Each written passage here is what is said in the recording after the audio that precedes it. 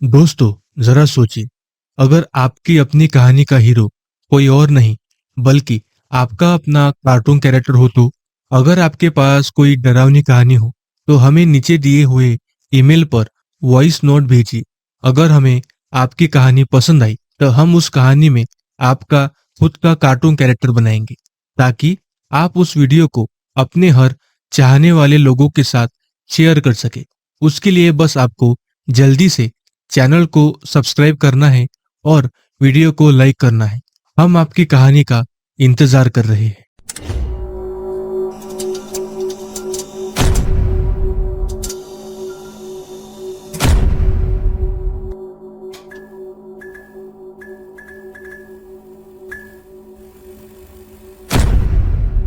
कहते हैं महाराष्ट्र के रामपुर गांव में एक बहुत पुराना बरगद का पेड़ है। उस पेड़ के पास कोई भी गांव का आदमी या औरत रात 12 बजे के बाद भूलकर भी पटकता नहीं है। उसकी वजह है वहां पर घटी एक बहुत साल पहले की एक बुरी घटना, जो कि मैं आपको जरूर बताऊंगा। प्रणाम, मेरा नाम है करण और ये सच्ची कहानी है मेरी। साल था 2010 का।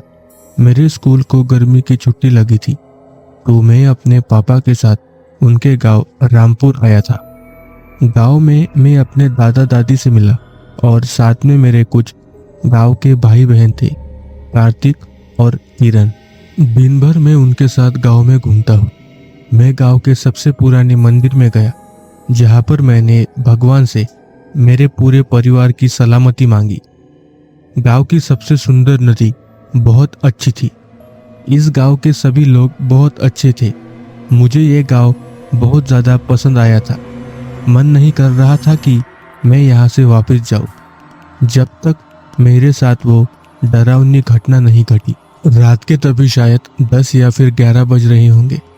हम सब खाना खा के एक दूसरे से बातें कर रहे थे। तभी मुझे मेरी दादी गांव के उस बरगद के पेड़ के बारे में बताती है। कहती है, कुछ साल पहले हमारे गांव में एक सुंदर लड़की रहती थी, जिसका नाम था सुंदरी। वो बहुत ज्यादा स्वार्थी स्वभाव की थी। उसे उसकी सुंदरता पे बहुत ज्यादा घमंड था। शायद इसी वजह से किसी ने उसकी जान ले ली और उसकी लाश पेड़ पर लटका दी।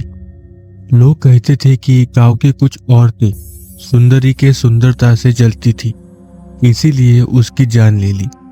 लेकिन तभी से गांव में डर का माहौल फैलने लगा। जब भी कोई रात 12 बजे के बाद उस बरगद के पेड़ के पास जाता तो वो गायब हो जाता या फिर उसकी लाश पेड़ पर लटकती मिलती। मुझे ये सब बातें सुन डर की वजह उस बरगद के पेड़ के पास जाने की बहुत मन हुआ। जब सभी सो गए तभी मैंने अपने बहन भाई को उस पेड़ के पास चलने के लिए मना लिया। शुरुआत में किरण ने दादी को बताने की धमकी दी, लेकिन मैंने ऐसे वैसे कर कर उसे मना लिया। बहुत रात हो चुकी थी। हम तीनों गांव के बीच से उस पेड़ के पास जा रहे थे। रात में कुत्तों के रोने की आवाज सुनकर कार्तिक और किरण का चेहरा डर के मारे देखने लायक था। अब हम बस कुछ ही कदम दूर थे उस पेड़ से। जैसे जैसे मैं उस पेड़ के पास जा रहा था, मुझे ठंड लग रही थी। अजीब था, गर्मी के मौसम में ठंड लग रही थी। मेरे सामने वो पेड़ था जिससे पूरा गांव डरता था।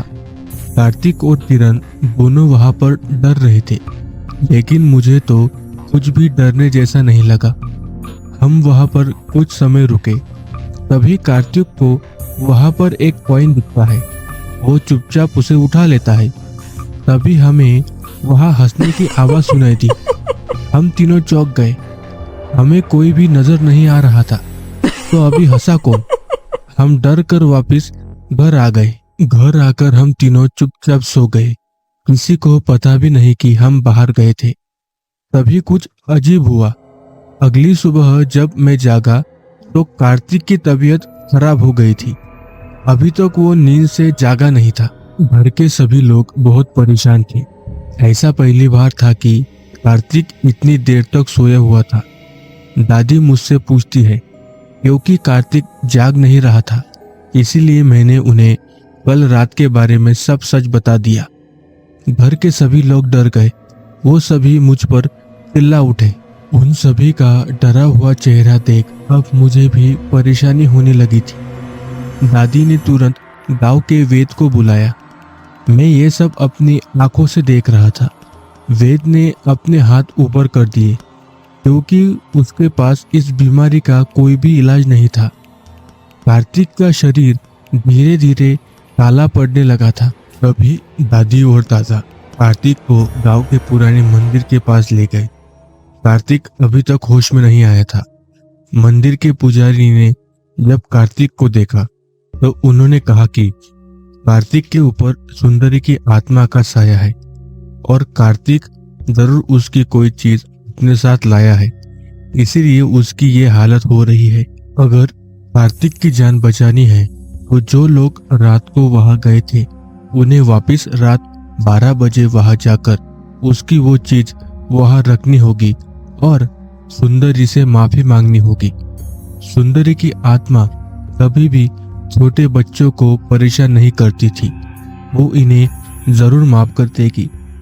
पुजारी के कहने पर करण और किरण रात 12 बजे वहां पर पहुंचते हैं। कार्तिक और किरण दोनों ने सुंदरी से माफी मांगी।